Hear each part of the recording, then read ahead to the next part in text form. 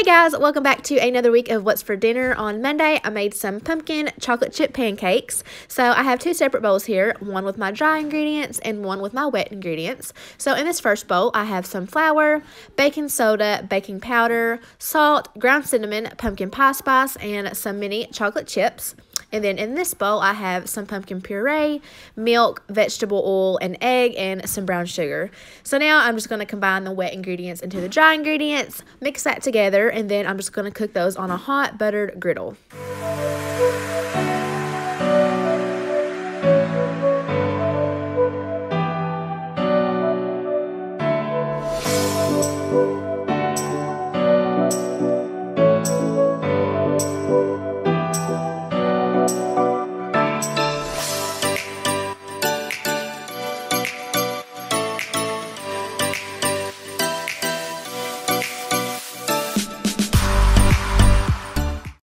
I topped these with some syrup and served it with a side of bacon, and these were so yummy, perfect for fall time, and it made plenty, so we had these for breakfast for the next few days.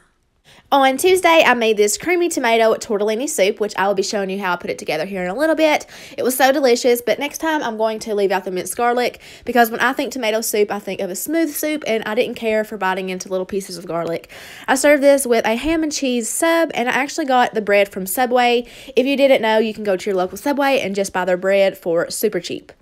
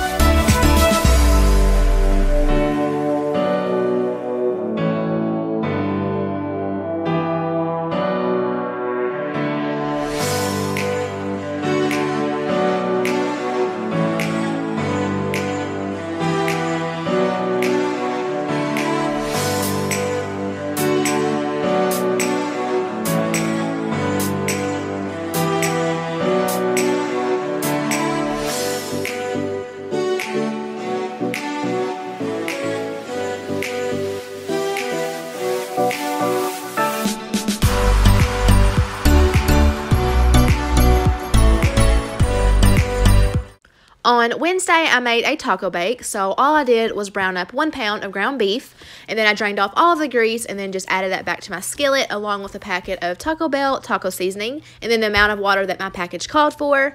And then I just gave that a good stir to make sure that all the beef got seasoned, and then I let it simmer.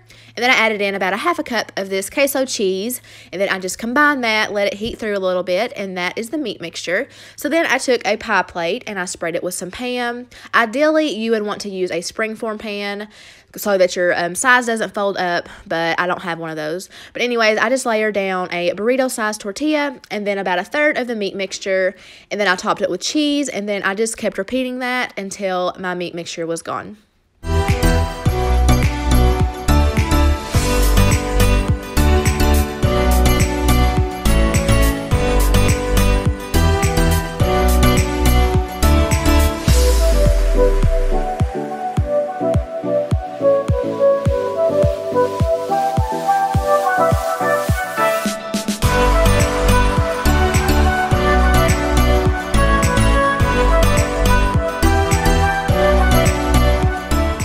Came out so yummy. If I had some sour cream, I would have topped it with that, but I served it with some of my homemade Mexican rice. I've made a whole recipe video on that I will link in the cards and in the description box. I also heated up some of those refried beans that I made a couple of weeks ago in my crock pot, and I just froze the leftovers. Honestly, I didn't think they tasted as good as when I first made them, so I probably wouldn't freeze that particular recipe again. On Thursday, I made some chicken parmesan, so all I did was take 2 chicken breasts, slice those in half to make 4 thinner pieces, and I seasoned both sides with salt and pepper.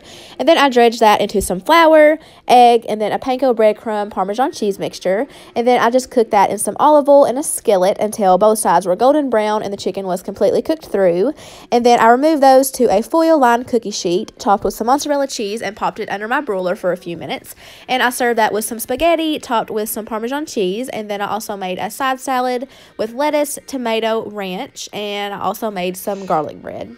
So my daughter used to love these frozen meatballs. I would cook them in the air fryer and then toss them in some marinara sauce on top with cheese. But now she says that she hates that and she won't touch them. You know how kids can be. So I had this bag in my freezer that I wanted to finish up. And then also when I was going through my fridge, I noticed that I had 3 open bottles of barbecue sauce. So the perfect solution was to make some barbecue meatballs in the crock pot. So the original recipe calls for 2 pounds of meatballs, this entire bag, but I had a little less than half of the bag, so I'm cutting this recipe way down. I didn't measure any of the ingredients out, but I will definitely have the original recipe linked in my description box. So all I did was mix some of that barbecue sauce along with some of this grape jelly, and I just whisked that together, and then I tossed in the remainder of those meatballs, and I just tossed them to coat. And now I'm just going to cook this on high for 2 to 3 hours. Just a little update on the meatballs. At 45 minutes, I went to check on these and I noticed that the sauce was starting to burn to the sides. So I just cooked this on over to keep warm, and I think that it cooked so fast because I'm making such a small amount. But still, next time I think I'm going to cook it on low. And I need to invest in some of those slow cooker liners because that is not going to be fun to clean up. But now I just got to make my sides. Don't mind this big pile of dishes that I need to put away.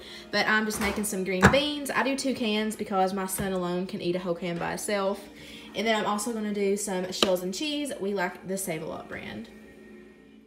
This was such an easy and simple yet delicious meal, and these meatballs are perfect for parties and get-togethers. They're always a huge hit. So I have seen these Campbell's oven sauces at Walmart for a while, so I finally wanted to give one a try, and I'm going to be doing the creamy garlic and butter chicken one.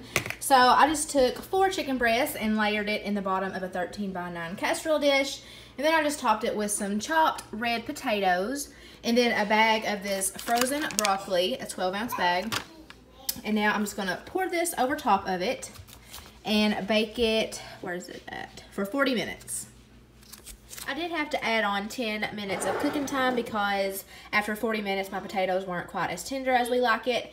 But once it came out, I just sprinkled everything with some pepper, and it smells really good. I'll be sure to let you guys know if we liked it or not.